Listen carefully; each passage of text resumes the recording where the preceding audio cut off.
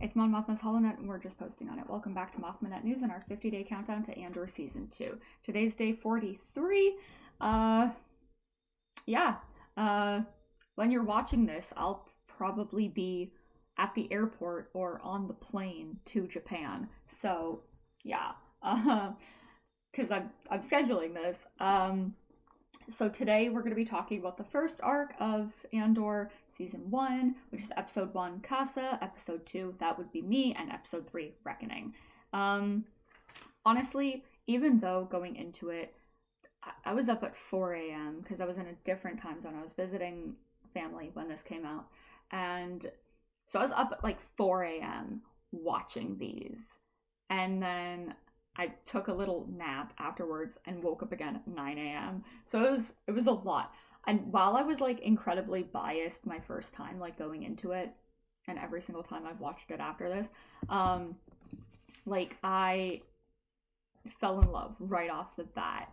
Like I was not anticipating it beginning like that, like the way that it did with like essentially Cassian getting into a shootout with a couple of corpos.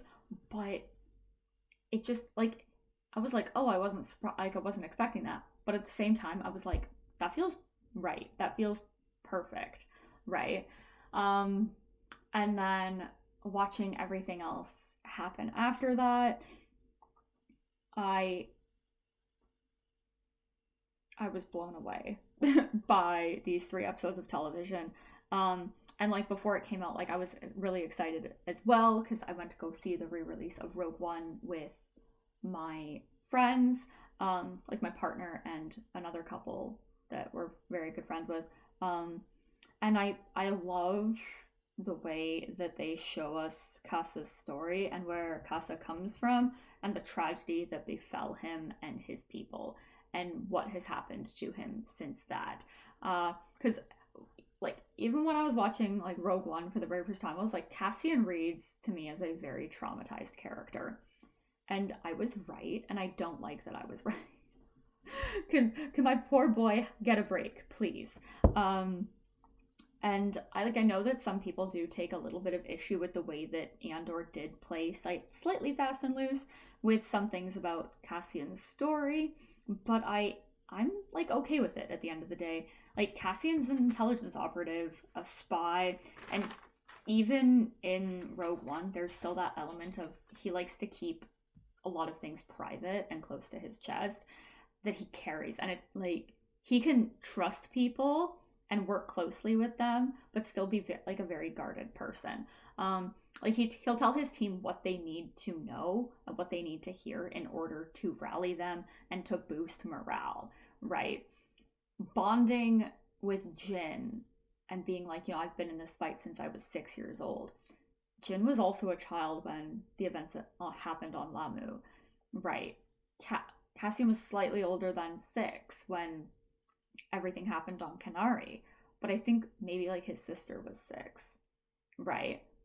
And that basically was the beginning of the fight for them, right? They've never known a life of true peace and safety, right? Because Kenari was obviously going through it during the Clone Wars, and then from the moment she was born, like Jin was born in captivity, right? Like her parents were captives. We see that in Catalyst.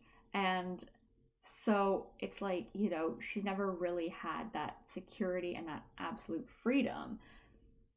And they're like most of the formative years of their lives have been under the Empire, right? And so, he's got to make that snap judgment to be like, hey, I've been fighting, since I was a kid. And Jin probably in her mind was like, yeah, like, so have I, but we're just fighting differently, right? And that, like, Cassian can understand that. We see that now. And, like, he and Jin do not have time for trauma dump or a therapy session or anything like that. They are at war. They have to find the Death Star plans and save the galaxy, right? That is what they have to do.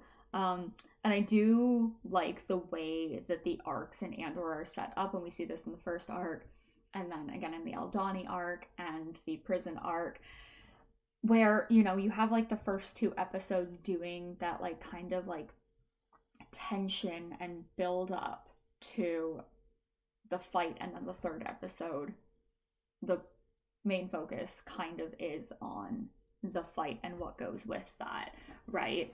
And then like in the last two episodes, you know, you have more of that build up in Daughter of Ferrix, and then in Rick's Road you have the actual like fight, right?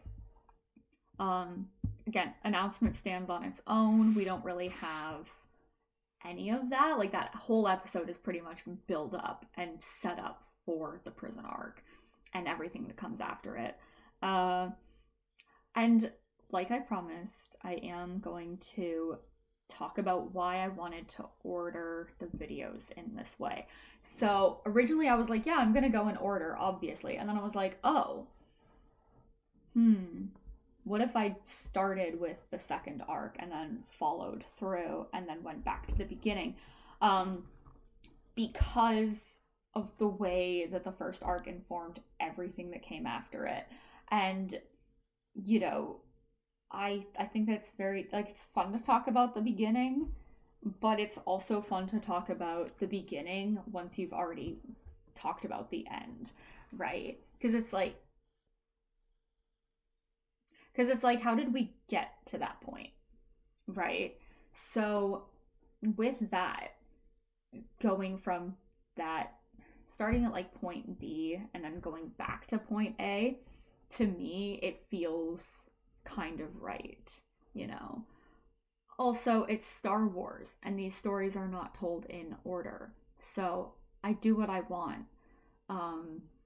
But yeah, at the end of the day, that was one of the reasons why I chose to do it that way. And I love it because, you know, all of like the Aldani arc, announcement, prison arc, and the finale, they're all great, but this is where we have we have that first build up, right? Where we meet a lot of people and you get to the end of the season and you're like, oh, so this person's dead, this person's traumatized, this person's traumatized, this person's traumatized, this person has fallen from grace, you know, and you get to think about that more, knowing what happens to them, and it informs the way that you watch it in a different way. I love this arc, even though like it breaks my heart watching it and watching all of Andor, because we have things like Nurchi not learning from Tim's actions, where he was like, because Tim died because of what he did. He basically brought the Corpos to Ferrix, and that led to the Empire coming to Ferrix, and it got Bix tortured, right? And it caused what happened at the funeral.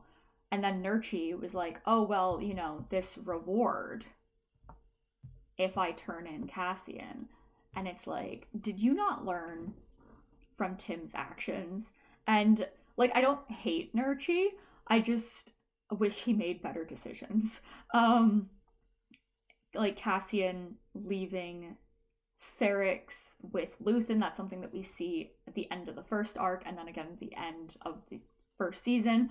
And also, you know, the first arc and the finale also ends with people people leaving Ferrix. And in the second case, we also have Bix, B2, Brasso, and Wilmon Pack leaving. And you know, with Cassian, his whole attitude has changed, right? He's like in the when he was leaving in episode 3, and we see at the beginning of episode 4, he's like, whatever, like, I'll do it for the money, right? And at the end of the first season, he feels more ready to be like actually part of the fight and part of the rebellion. And, you know, with Bix, Brasso, B2, and Wilmon, they're part of the fight now too. And so it's like you leave Ferrix and it amplifies the rebellious things that you're doing, right? Because they had these massive acts of like they had these acts of rebellion on Ferrix, right? And then they're leaving to go and do more rebellion, right? Um yeah. And both arcs, Luthen is on Ferrix for Cassian. Just literally for Cassian, right? In the first arc, we see essentially like a pre-war disaster.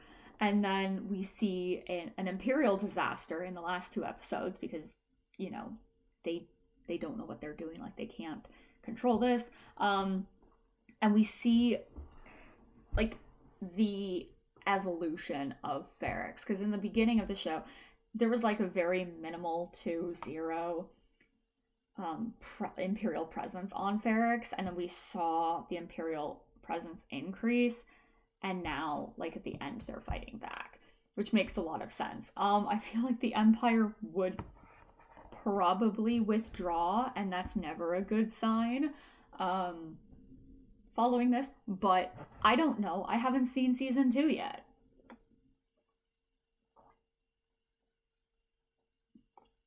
I'm not lying. I'm just thirsty.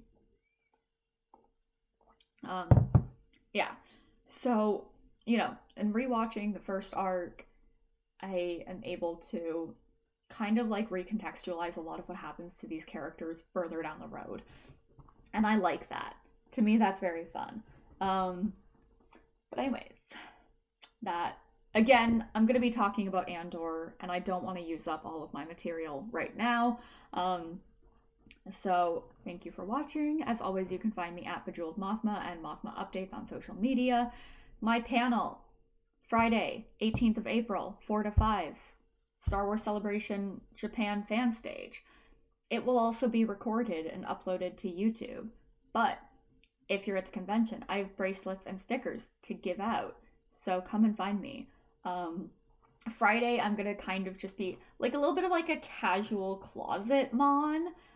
Which I feel is anytime I wear a white or neutral color now, given my hair. And then Saturday and Sunday, I'll actually be cosplaying as Mon Mothma from the Rebellion one-shot comic that came out in 2023. So yeah, I hope to see you at the convention. If not,